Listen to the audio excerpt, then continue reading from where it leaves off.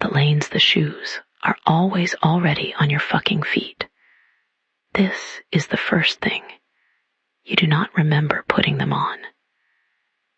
You do not remember arriving at the counter where the man with the face like a decision someone else made hands them across with the professional disinterest of a person who has been handing shoes across a counter since before shoes were a concept, and will continue after the concept has been retired. The shoes are red and beige, and they are your size in the way that things in this place are always your size, which is to say, they fit in a manner that implies the shoe was not built for the foot, but for the specific failure of the foot, for the particular collapse of arch that represents your body's longest autobiography. You are in the lanes. You have always been in the fucking lanes. The bowling alley is inside the smoking section of a hotel that has no non-smoking section. Or the non-smoking section is a rumor maintained for the comfort of people who have not yet realized they're already fucked. The carpet is the color of a decision made in 1987 under fluorescent light by a man who has since died of confidence. The pattern is not a pattern.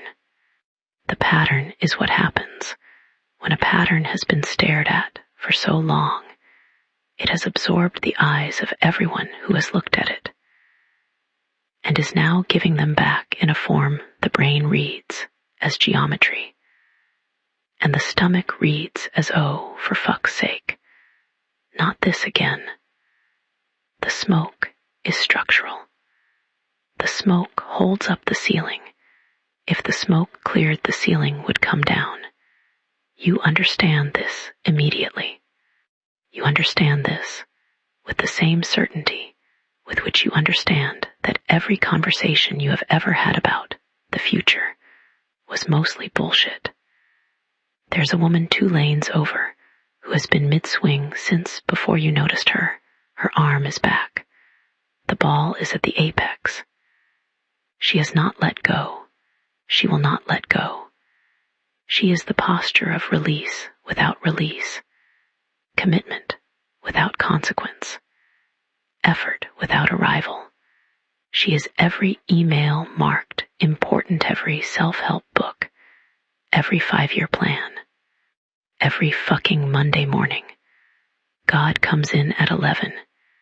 He is black, and he wears a fedora. He orders a Sprite. He does not bowl. He sits at lane 7 and watches, not judging. Judgment requires surprise. And there is absolutely nothing left in this room capable of surprising God. Not the smoke, not the gutter, not your score, certainly not your score. The ball return delivers a ball. The ball is yours. It weighs exactly as much as a bowling ball. It also weighs exactly as much as every promise you made to yourself while staring at a ceiling at 3 in the morning. These measurements are identical. This is not metaphor. In this place, metaphor got fired years ago. The thing is the thing. The disappointment is the disappointment. The bowling ball is the fucking bowling ball you bowl. The ball goes into the gutter immediately, not because you threw it badly, because the gutter is where everything goes. Because the gutter is the honest destination. Because the lane is a lie. Because the universe has spent billions of years refining matter into increasingly complex arrangements, solely so that one day you could watch your hopes roll directly into a trench with a wet clunk. The devil is a heron. Of course the devil is a heron. What else would the devil be? A lawyer, a wolf, a beautiful woman in red? No. The devil is a bird that looks looks like it has been waiting for something since before language, and is perfectly willing to keep fucking waiting. The heron opens its beak. What comes out is every corporate meeting you have ever attended, every touching base, every circling back, every moving forward, every actionable item, every leveraging synergy. Heron releases them into the room like a biblical plague of PowerPoint slides. You feel your soul attempt to leave through your ears. Here is what society is. Society is the shoes already on your feet. Society is the carpet. Society is the smoke. Society is the woman forever preparing to throw. Society is the score sheet. The score sheet contains a column of zeros. The zeros extend downward forever.